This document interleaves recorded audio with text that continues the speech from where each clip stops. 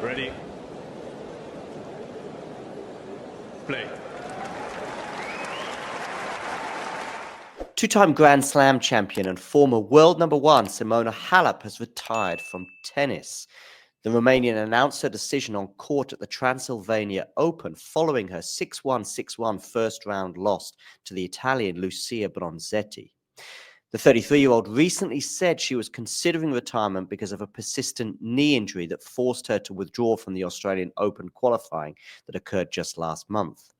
This week's event was her fifth tournament since returning to the WTA Tour following a doping ban in a case which went on for almost 2 years. As I said, she won 2 Grand Slams, and the Twitter accounts for those 2 Grand Slams have both shared the announcement today. And here's the Roland Garros one, for example. Our 2018 champion, Simona Halep, has announced her retirement. We wish you all the best for the next chapter of your life, Simona. The other, of course, Grand Slam she won was Wimbledon, and the Wimbledon Twitter account here saying our 2019 singles champion has brought to an end her professional tennis career. We wish her all the best in retirement. Billie Jean King has also taken to social media to congratulate Halep on retiring from tennis. Simona is an incredible athlete, Billie Jean King said, and has won more WTA titles, 24, than any woman in Romanian tennis history. Best of luck in the next steps of your journey, Simona. The journalist Pamela Maldonado also has taken to Twitter to say, this one hurts. A lot of people, by the way, mentioning the emotion that Simona Halep brings to them as fans and even as journalists in Pamela's case. Simona Halep was one of the reasons I fell in love with tennis. Her relentless fight, insane court coverage, and the way she could turn defense into offense in the blink of an eye. More than a major champ, the game will miss her. And as I say, some fans also took to Twitter to mention their sort of highlights and reasons for supporting her, including Nebby here, mentioning her last singles victory in tennis, the spirit of a champion, that coming against Rodionova in Hong Kong. And it was a battling, incredible 3-set win. Nebby also highlighting the knee injury that ultimately curtailed her career. Halep was cleared to play tennis by CAS last year after her suspension. She rushed back to the Miami Open as a wild card, and ironically, she hurt her knee during the tournament, and that ultimately led to this premature retirement. Very unfortunate, says Nebby. I'd like to bring in Vanch right now and get his thoughts on, first of all, Vanch, was it a surprise to you that this happened today in the manner it did? I wasn't surprised that she's retiring from tennis this year, but I was surprised that it came after the match today. I know, and looking back on it, it kind of makes sense. It's a home tournament in Romania where she has so many great memories. She's just lost this match, albeit in a pretty one-sided way.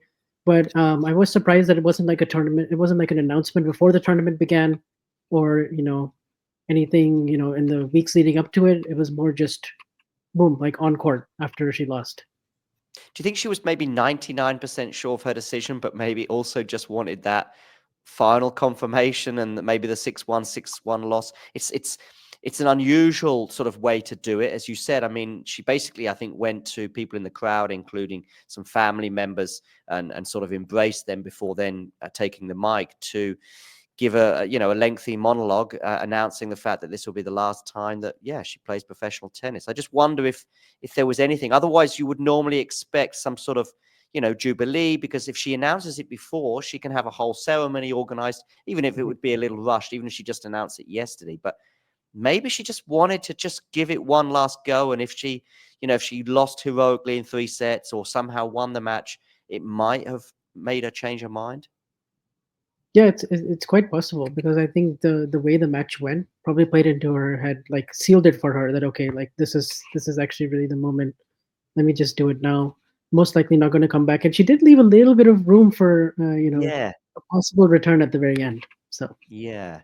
Yes, she did. I mean, it was a bit like we've heard some retirements from people before, and some of those people did come back and some of them didn't. So I don't think we can look too much into that. But as you said, her on-court comments, and I even posted on social media about this, that even then it didn't sound like she was 100% convinced. What sometimes we see, though, in the cases of, I think, To some extent, Ash Barty, of course, who has already changed her mind once before, then ultimately coming to the conclusion that retirement is the best option for her in 22.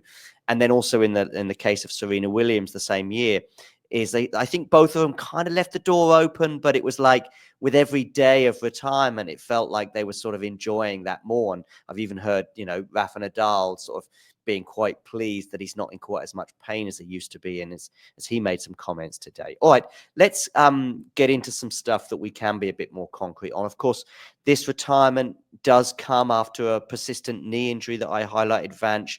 And then, of course, there was the drug ban that she had, she had to go through as well. I mean, it's kind of a bit of a sad kind of last couple of years to her career, right? Yeah, it's been pretty sad since the 2022 US Open, because most of it she hasn't been on court, but she's just been fighting this case, off court, and that's kind of been the major story surrounding her. Ultimately it was a 4-year ban that got reduced to 9 months, and that came after a long period of waiting, a provisional suspension that lasted longer than the actual ban itself. So, and then we found there were some irregularities in her biological passport. It took a while for her to prove everything as well.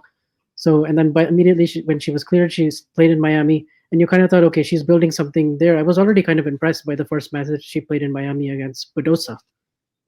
She lost that in 3 sets, but you were thinking like, okay, that's a pretty strong return already. Yeah. And then unfortunately, the knee injury, I think, the last 1 year, and it's so hard to come back after you've been away from the tour for almost 2 years. To then, it just becomes harder and harder to put that amount of to even stay motivated after everything she's achieved to get back to the very top. And she has this kind of game style, which is, it's not going to be easy for her to win matches, because it's a lot of running, a lot of defending, a lot of long matches, long rallies, that a lot that she has to put her body through. So the more I look back on it, it makes sense that it happened this year. Yeah, I mean, she's played just 6 matches, I think, since that return in March 2024. You mentioned, her playing style and it not being one that would be suited to quick finishes. But let's get a bit into, her career highlights. Of course, world number 1, the 2 Grand Slam titles she won at Roland Garros and at Wimbledon. There were also some near misses. Didn't she lose her first 3 Slam finals? She did, yeah, and all of them in really heartbreaking fashion. She lost I mean, the 2014 French Open final. She loses to Maria Sharapova, 6-4 in the third, but it was a very good match, very good showing for your first final. And then she loses it to Ostapenko. I think that's the heartbreaker for her, when she was up a set in 3 love, and then Ostapenko just sort of starts redlining, and you can see it just getting away from her. She was so close. And then, of course, the Australian Open, where that was just a really good effort, because she found herself sick and in the hospital afterwards. Those back-to-back marathon matches against Kerber, and then eventually Wozniacki, who won her first major, which was a good story for her. So yeah, those near misses, like 3 of them, very, very close fought. And throughout this whole time, she was very consistent on the tour. She was world number 1. She was world number 1 for 64 weeks in total, 2 year-end number 1s as well. So she was like the best player away from the majors, but it just wasn't quite happening for her on the very biggest stages in the final.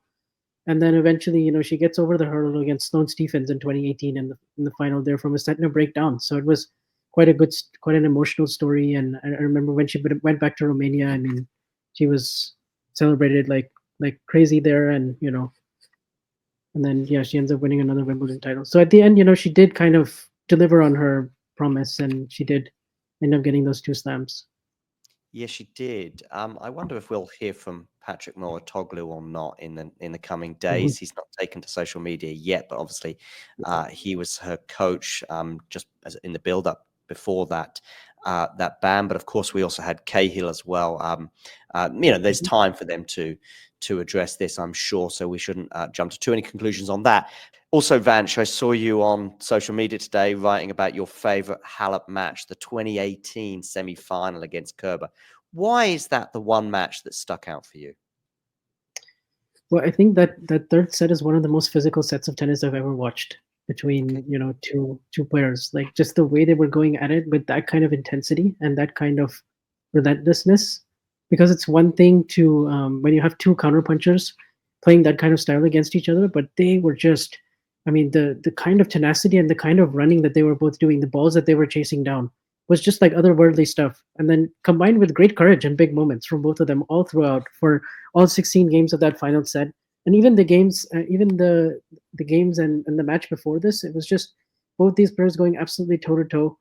You know, it was some of the best tennis I've seen. It made me like really appreciate that game style more because I remember back then I kind of I liked Simona Halep a lot as a person, but I didn't quite like associate myself with her play style as much. I preferred to watch more flamboyant, flashier players. But then I watched that match, and then my appreciation for Halep just grew kind of tenfold after that win. And so I think that's the match that I always go back to because it was 9-7 in the third set. It took several match points for her to get over the line. Really, a really just dramatic finish. And sometimes it's the finishes and the final sets that really stay with you the most. So I think that's the one that this wasn't even a Grand Slam that she won. She ends up losing the Oh, final mm. to Wozniacki. But just the effort that she had that whole tournament was insane because she also won a 14-12 in the third set match against Lauren Davis in the third round of that tournament. So really kind of helped like define that whole Australian Open 2018, even though she ended up winning. She didn't end up winning it. And that's the one that she was the closest at the end and couldn't get her hands on. But yeah. She did finally get over the hurdle in 2018, the Grand Slam hurdle, at her fourth attempt. So that's for those players on the tour, for example, that are still trying to get over that Grand Slam hurdle, such as an Ons Jabeur, for example, that springs to mind, maybe a Mukova as well, who've been close but not quite. It's an inspiration for those players for sure. And she also then backed it up with a Wimbledon win a year later in 2019. What do you think her legacy will be? I mean, Billie Jean King mentioning, how many titles she won and as a Romanian tennis player, etc. What do you think her legacy for tennis will be? I think mostly just like her fight, her ability to give 110% intensity like every tournament that she played and adapting her game style as well. Because I think, in across 2019, particularly if you look at the Wimbledon run, that was a lot more aggressive version of Simona, where she was taking the ball a lot earlier. She was going for more on her serve. She was really shortening points in a way that was, you didn't see from her before. So she was able to adapt as she got older as well. And, win on clay and grass is also pretty big.